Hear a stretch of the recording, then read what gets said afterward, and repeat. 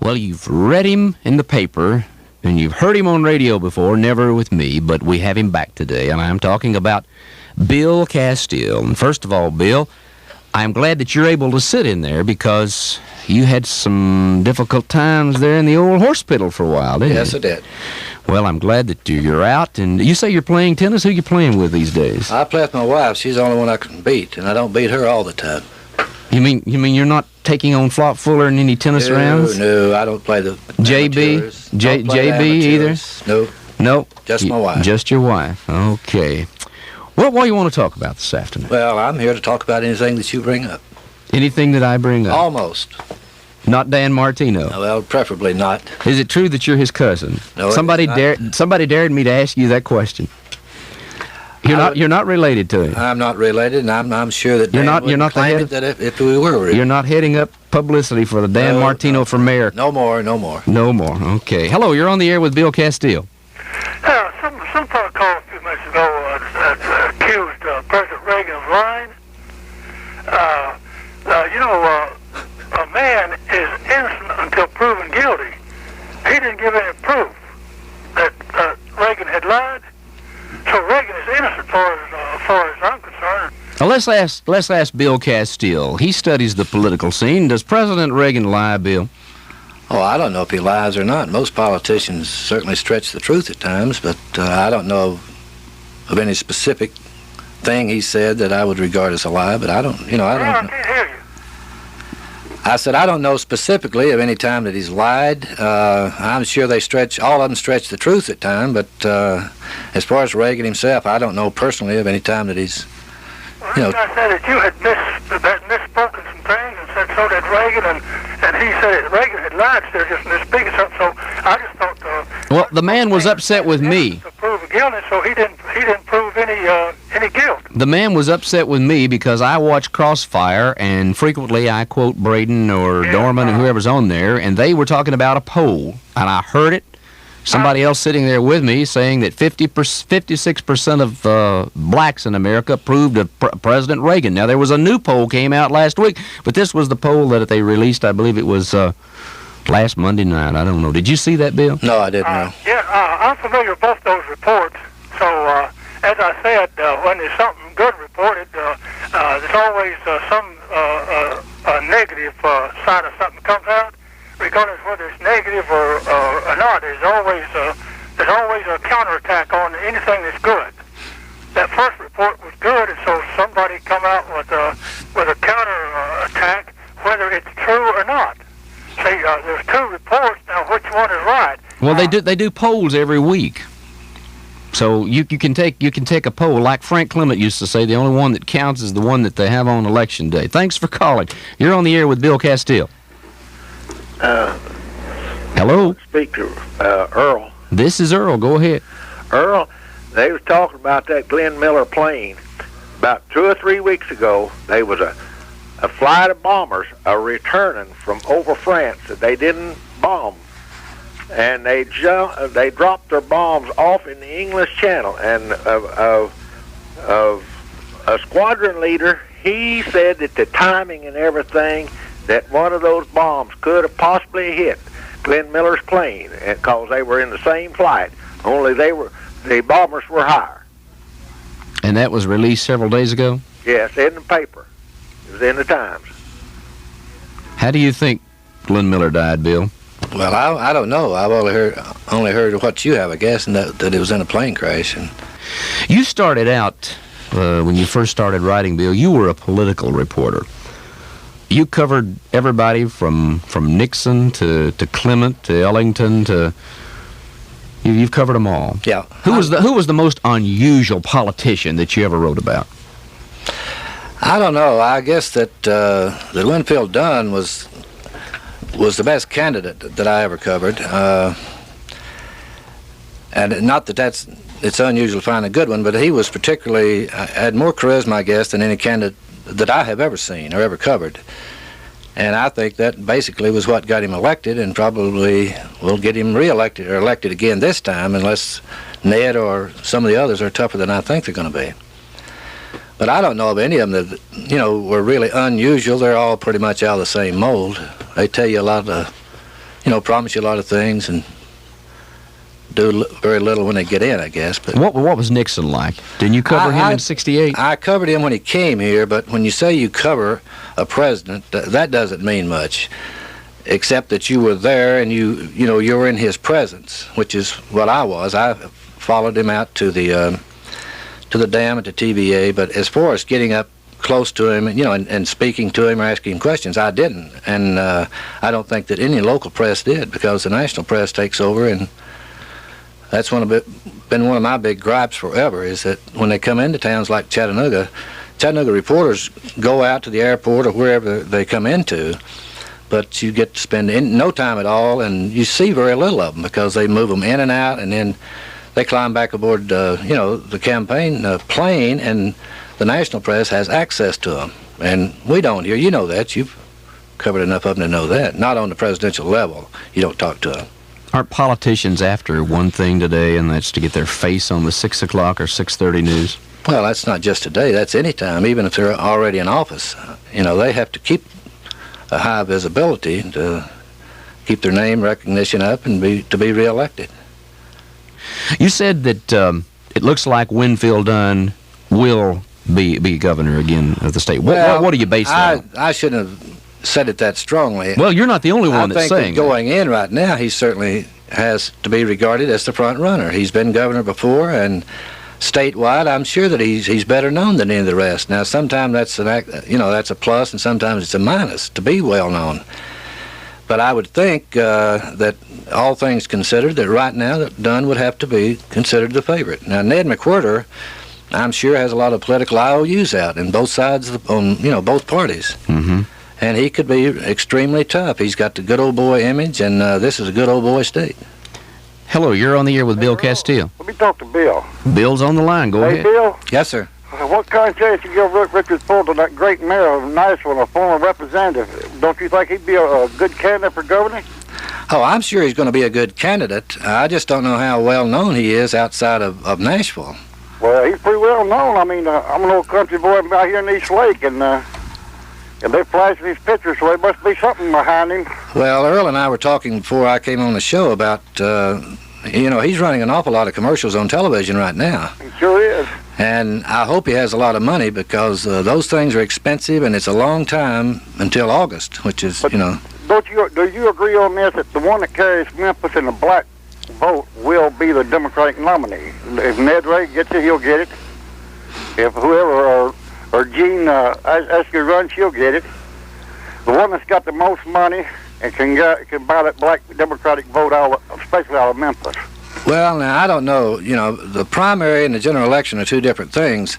I know that in 1970, when Dunn was elected, it was the Memphis vote that put him over. That's what I know. And I doubt if he had a whole lot. Has your help. It's very good. I'm playing tennis a lot and walking a lot. Yeah. I feel better than I ever have, I guess. The old ticker's coming around. Oh, yeah.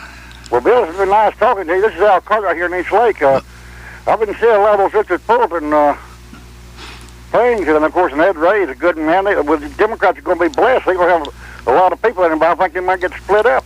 Well, they may do it. That sometimes happens. Well, I'll tell you, Winfield Dunn will sure beat them if they do. Yeah. Well, thank you a lot, and okay. Best of health to you here. Same to you.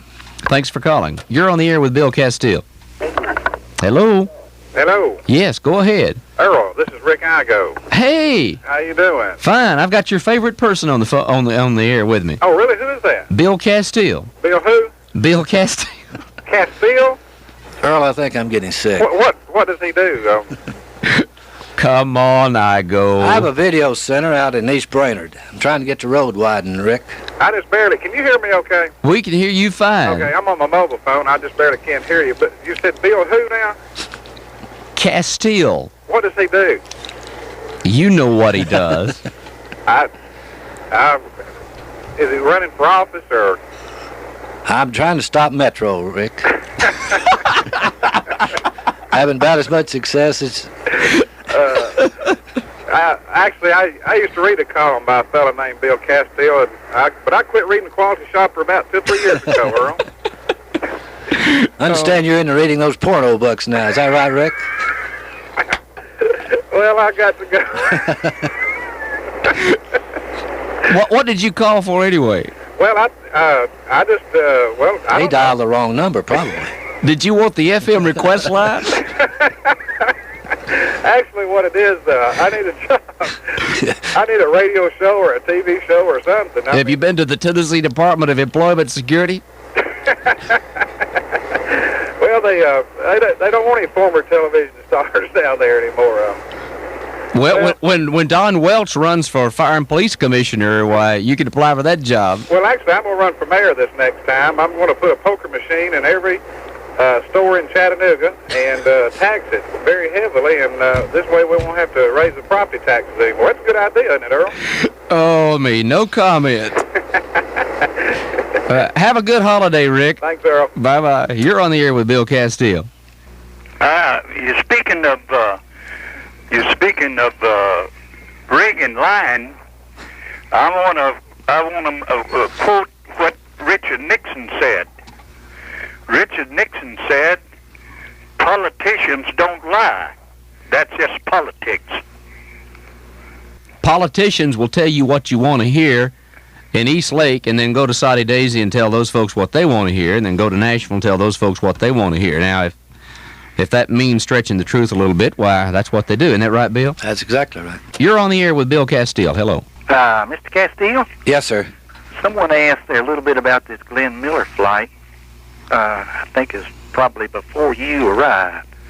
But I was in England in a control tower within 30 miles of the departure field of Glenn Miller. He left on December the 15th of 44 in a small, what we call a C-64. It's a little Curtiss, about a 5-place airplane. And he was lost going over on in the English Channel. The entire 8th and 9th Air Forces were on what we called they were on a stand down. That means nobody was flying. And he went out in very bad weather, and we got the overdue aircraft notice during the night, and didn't know who was aboard, just C-64 was missing. And so I doubt very seriously if the report that came out about 2 weeks ago about this group supposedly dropping or jettisoning their bombs, there was anything to that, because there wasn't anything flying that night except evidently this one aircraft.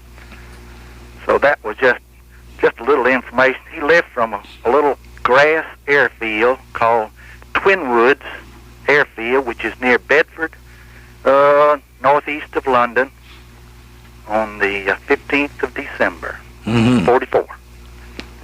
What a sad day that was. Yes, it was. Yes, sir. I just thought I'd give you a few bits of information that I know to be factual.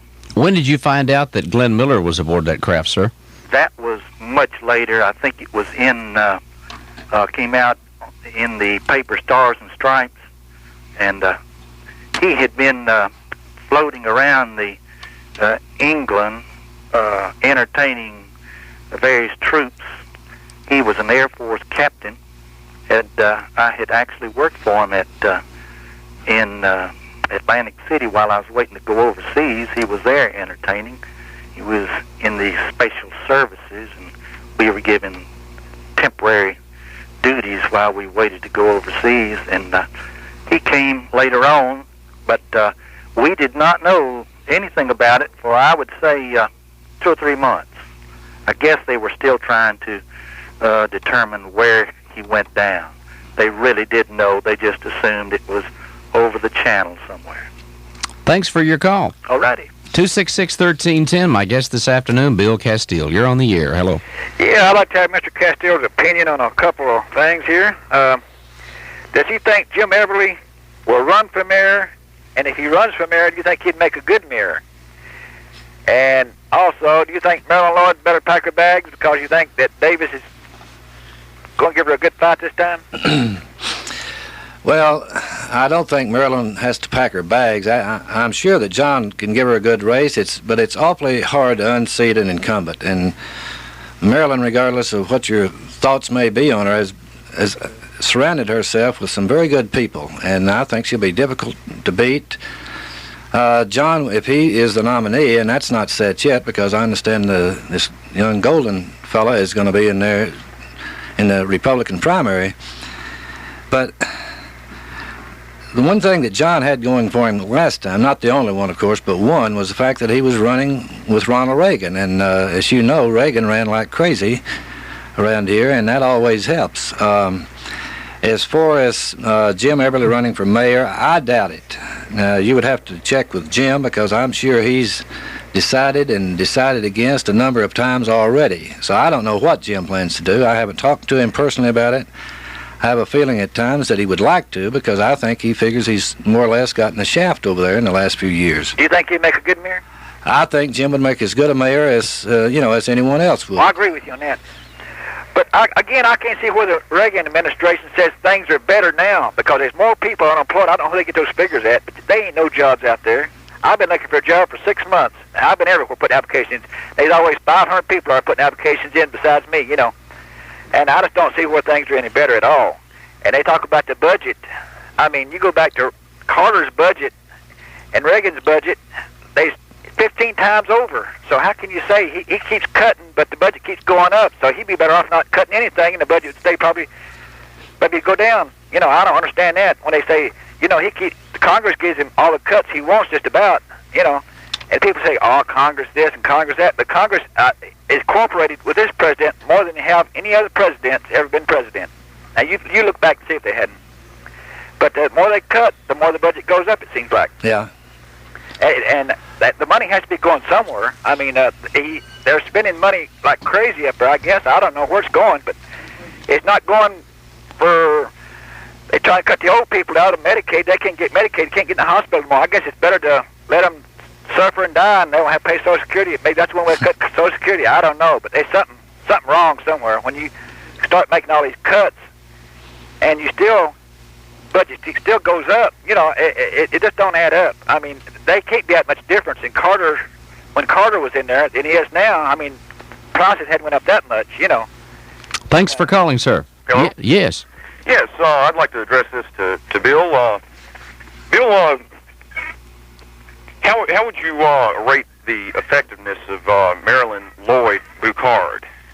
Oh, I don't know. I haven't, I don't keep up with the figures on whether she's effective or not. I know that she's taken a lot of heat over the situation in Oak Ridge. But, I don't know if any one congresswoman or congressman is any more effective than any other. I know that some of them have the reputation for being, but I really wouldn't want to get into a rating situation with Marilyn Lloyd because I haven't kept up with the record that closely. Well, what do you think about all this money she accepts from these political PACs? Well, I think that she has responded to that statement, and she's saying that, I think she's saying, at least one of her spokesmen said that, that money is needed to run the campaign, and of course I understand the other side too. I know where Davis is coming from, and he's saying that she shouldn't accept that money. But I wonder if John would be singing the same tune if he were an incumbent and had access to all that money. I think you've got to consider, where they're coming from before you say they're, one is any better than the other. And I'm not sure that, John says he wouldn't take but $200, I think, from each PAC. Maybe that's all he could get. Let me ask you just two quick questions, if I can. That spokesman for her, Mr. Elliott, is no longer working for her. What do you think about that? Well, we had a discussion about that in the office shortly before I came down here, and of course the question is whether or not that his response to some reporter's question about Davis's comment and and the way he came back and worded it had anything to do with him leaving. And I can't answer that question. I don't even know this gentleman. It could simply be a coincidence, or maybe it could have had something to do with his departure. I don't know. Well, let me ask you this, and I've been wanting to ask you this for a long time. Bill, is it true you're going to run for mayor? I'd run for president first. Well, thank you very much. Okay. Thank you for calling. I really don't think you can run for mayor. Right? I could run for mayor of Red Bank. It's 1:34. This is Viewpoint. My guest this afternoon is Bill Casteel. Have you had any new letters yet from Reverend Ewing or whatever his name is? Oh, not lately. He sort of cut me off of his mailing list. What happened? Did you not send any money? Or? No, I never did send any money. In fact... Did you really get all of that mail? Oh, yeah. There may have been a couple of items that were either sent in or brought in that I didn't see. How do these people, Bill, get your name on their mailing list when you don't solicit anything? Do they buy a mailing list where you might have subscribed to something, maybe Sports Illustrated or something like that? I'm sure that's, there's mailing lists galore out there that different companies sell, and I'm sure it's no problem for them to get any mailing list that they want. That's the way the politicians get most of them, is when they send out their junk mail. They send they send out a lot of mail to occupants, to people. For instance, I think the classic last year was when my 9-year-old got a letter from Playboy wanting him to subscribe. Well, did he? You crazy thing. No. In fact, I called Playboy one day here on the air to find out. They didn't know. It was so much bureaucratic red tape and. Well, it all comes from the computers. They don't read names exactly the way that people do, and I've seen a lot of really flaky stuff that comes into the Times where some street, it'll be Mr. Fair Street or something like that, and so the computers don't have any way of knowing. They're not as smart as we are yet. Computers are only doing what we tell them to do. Hello, you're on the air with Bill Casteel. Yeah, Bill, there, I enjoy your column, read it all the time. Don't agree with it every time, but do agree. Do enjoy it there. Do you agree? Do you agree with anybody, Griff? Pardon? Do you agree with anybody besides Mrs. Pennell? Well, sometimes I wonder, Earl, if I'm perfect, but you know how it is. You don't remember Roosevelt, do you, Bill? Oh, yes. I don't remember him very well, but I remember him. Yeah. Well, You're talking about Teddy? Truman were my idols, of course. Yeah. And before television, I don't think that politicians like Ronald could carry a briefcase for those guys. But that's everybody's opinion, and... Well, I think there's a lot of truth in that, and by the same token, I doubt if Roosevelt, regardless of what he did after he was in office, I doubt if a man incapacitated as he was could have stood the limelight or the floodlights of television that we have today and been elected. I think there'd been a lot of people who, didn't say, well, it's his mind that counts. I think that it would have been a very distinct disadvantage for him, having polio as he did. Yeah, so it works both ways. You may have some people in there who wouldn't have gotten in without television, but you had some in there because there wasn't television. So it works both ways, I think. Yeah. Well, back then they had to go out and talk with the people. They couldn't stand there and read a cue card or something. They had to get out and convince people that they could do something, and they had to do it. And people are knocking now all of his programs, but they're going to find out one of these days when they get all of them tore down, where there's no workman compensation, no retirement or anything else. They're going to begin to learn, and realize that about everything he did wasn't bad. So keep up the good work. Keep writing there. We'll keep reading and bellyaching about it, but do enjoy it. Okay, thank you very much. Thank you, Griff. 266-1310, and if you'd like to make a comment this afternoon, talk with Bill Casteel. What type of mail do you receive, Bill? Mostly people complaining about your articles, or what type of, because you are controversial. Well, I get some of that, and I get a lot of just humorous mail. There's a lot of wits in this town, and I get a lot of, really funny mail that I never mention anything, and probably more of that than either mail supporting or opposing some view that I have mistakenly put forth. I try to stay in the middle as much as I can. Wits. Name some of them. Well, Sam Darris. There's a lot of people out there that send in unsigned stuff. There's a guy named Joe Anderson who is a very funny man. I hear from Joe probably once a month, and when he's really on a tear, maybe 2 or 3 times a month. But Joe's a funny man, and there's a lot of them out there. There's a lot of funny women out there that write in occasionally. You got a lot of comments about your articles about Dan Martino last week. Yes, I did. Was that extraordinary as far as the response was concerned? It wasn't the biggest response of anything I've ever done. I guess that the 2 things I've written that have gotten the most response, one was, strangely enough, it was not a column. I wasn't even writing a column then, but it was a simple feature obituary on a friend of mine's whose husband died.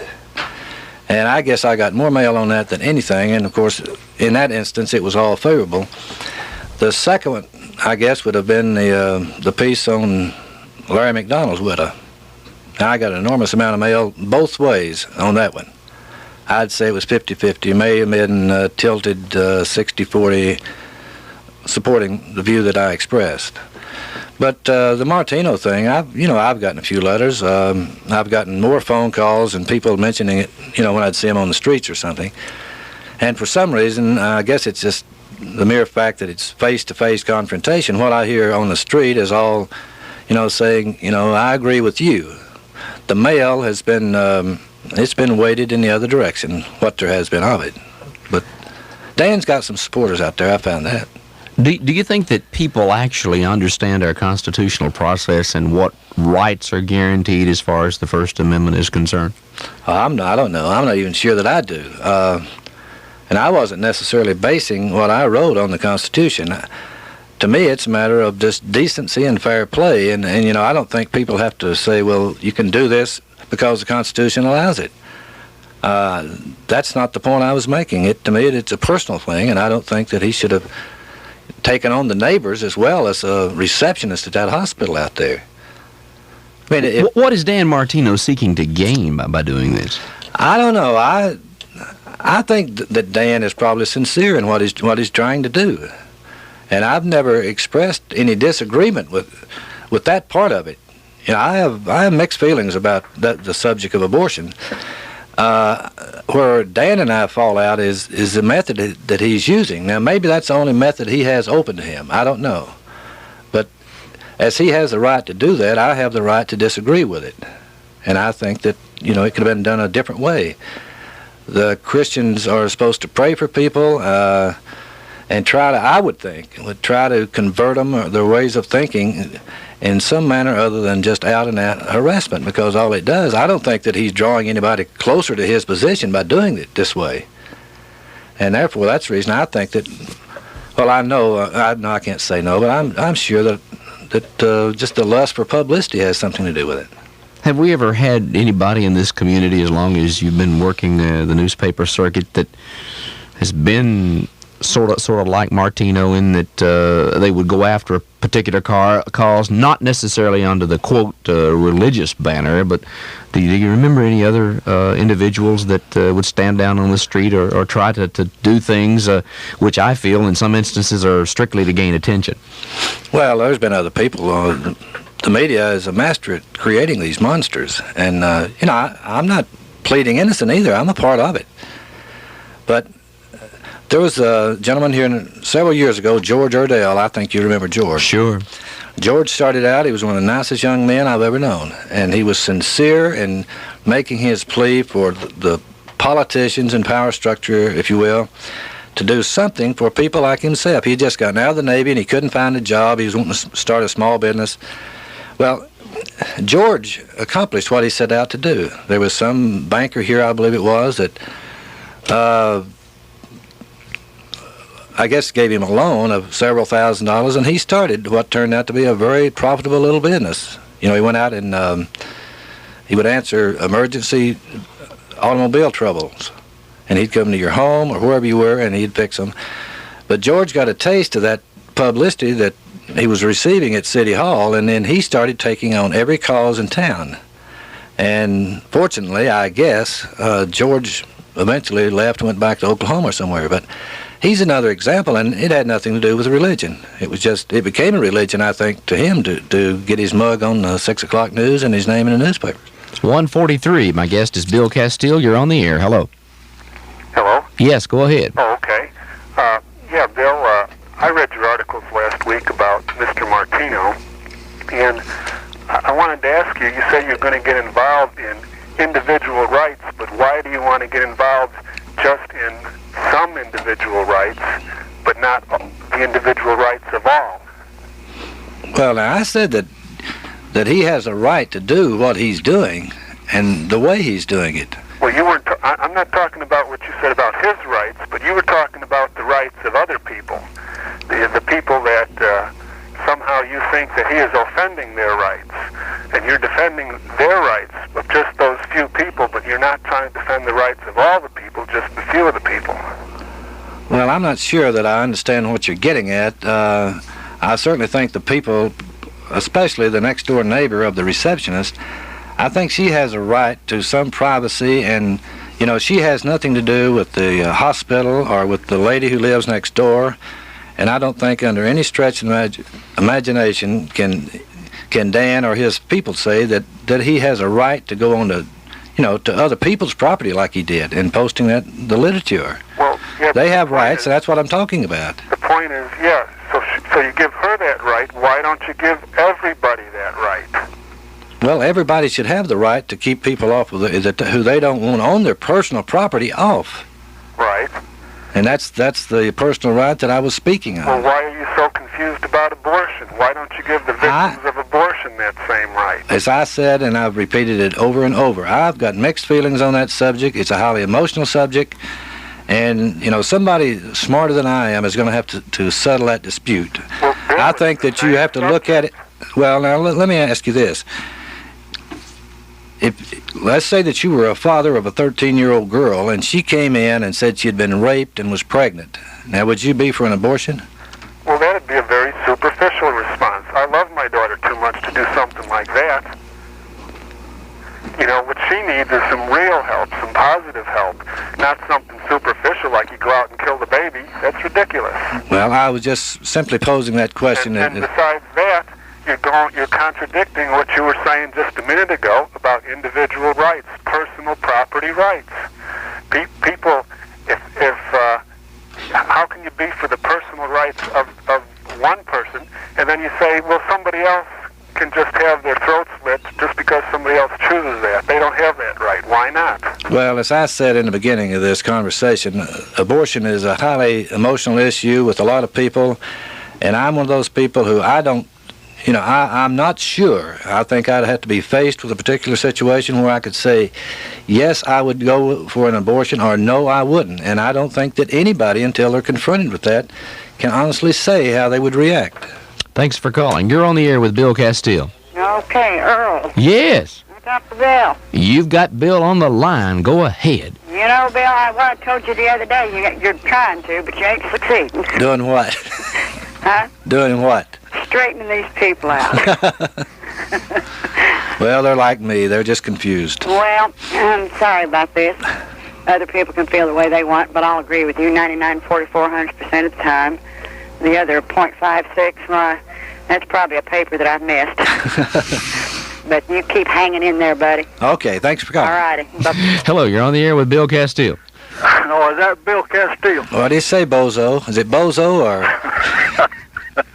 I tell you, George Iredale is in Atlanta, Georgia, in the control tower. Oh, Lord, that's another reason I don't fly. That's one of the good reasons.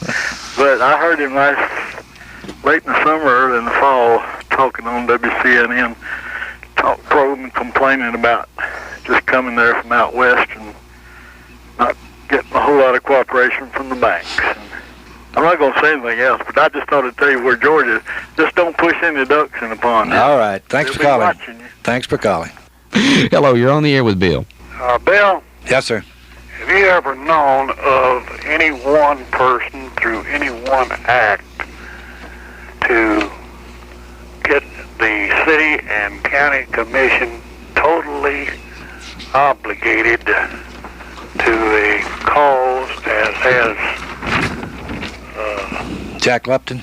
the Jack Lupton donation of $22 million toward this thing? No, I don't remember any incident. Looking at it from the standpoint of when that seed money runs out, where is the rest of the money coming from?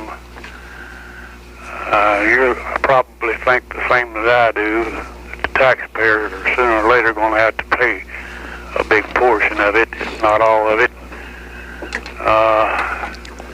Don't you kind of look at it in light that I do, that for a meager $22 million, you just about bought out the city and county commission as a whole?